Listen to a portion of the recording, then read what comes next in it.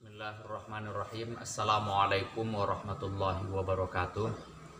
Bismillah wassalatu wassalamu ala rasulillah wa man tabi'ahu ila yaumil qiyamah. Subhanaka la ilma lana illa ma 'allamtana innaka antal alimul hakim. Hasbunallahu wa ni'mal wakil, ni'mal maula wa ni'man nasir, wa la haula wa la quwata illa billahil aliyil azim. Pada kesempatan ini saya akan antarkan perkuliahan kita, adik-adik saya yang ada di kelas Al-Quran, untuk memasuki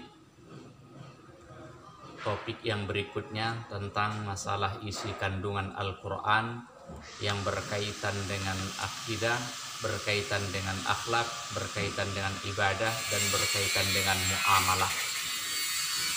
Yang pertama, saya ingin tekankan kepada adik-adik saya di kelas Al-Quran bahwa Al-Quran itu banyak kita jumpai di dalamnya yang menjelaskan masalah akhlak.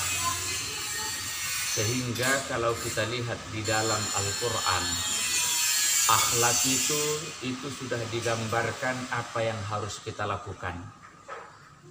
Di dalam kajian akhlak, tentu ada akhlak kita kepada Allah, ada akhlak kita kepada sesama manusia, ada akhlak kita kepada orang tua, ada akhlak kita kepada sesama teman masyarakat dan saudara kita. Dan bahkan diatur akhlak kita itu yang namanya kepada alam semesta. Dalam hal ini, kita harus paham dan harus melihat di dalam Al-Quran sekaligus menghafal ayat-ayat yang berkaitan dengan akhlak. Sebab posisi akhlak ini di dalam Al-Quran adalah merupakan posisi yang paling tinggi. Orang yang berilmu tanpa punya akhlak itu tidak ada artinya. Bahkan di dalam Al-Quran, Iblis itu dia terkutuk disebabkan dia tidak punya akhlak.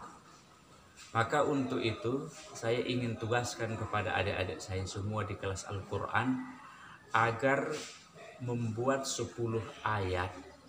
Yang 10 ayat itu yang berkaitan dengan masalah kajian akhlak.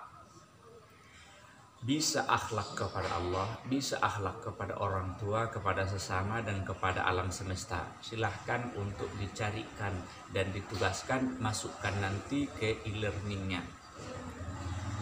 Yang berikutnya, ada Al-Quran itu yang berkaitan dengan masalah akidah. Ayat-ayat tentang akidah juga itu sama saya tugaskan untuk mencarinya sebanyak 10 ayat yang dimasukkan juga nanti ke pembelajaran e-learningnya.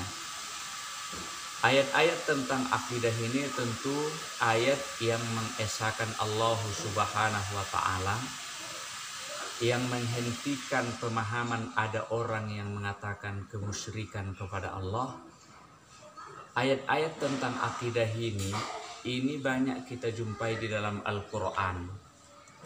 Segala ayat yang dia membimbing kita untuk mengesahkan Allah, untuk mentauhidkan Allah, itu yang disebut dengan akidah kita.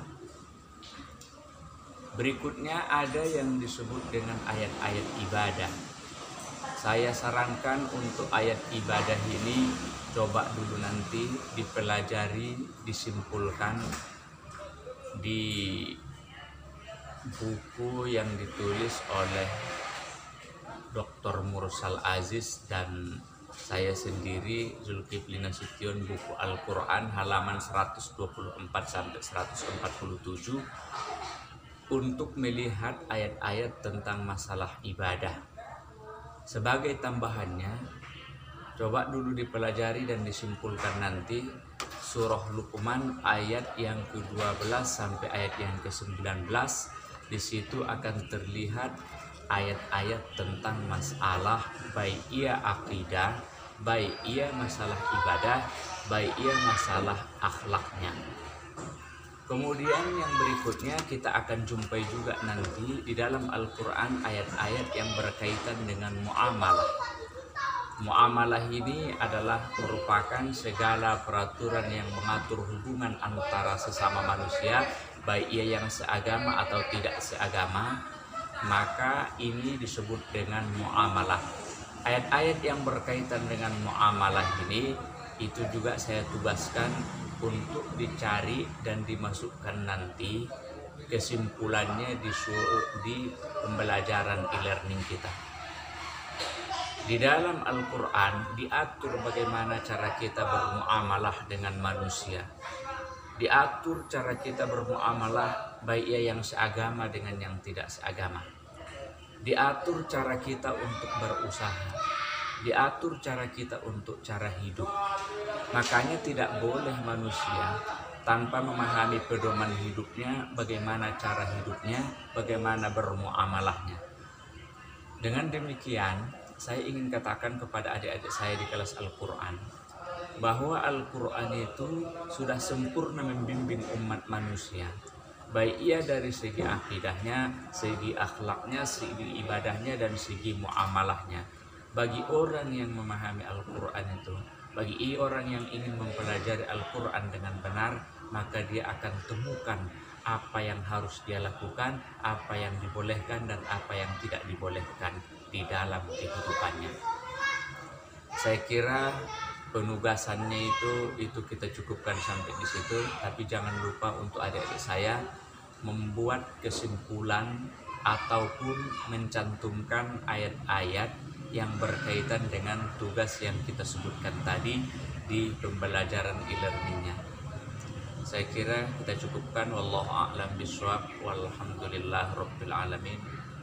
Assalamualaikum warahmatullahi wabarakatuh.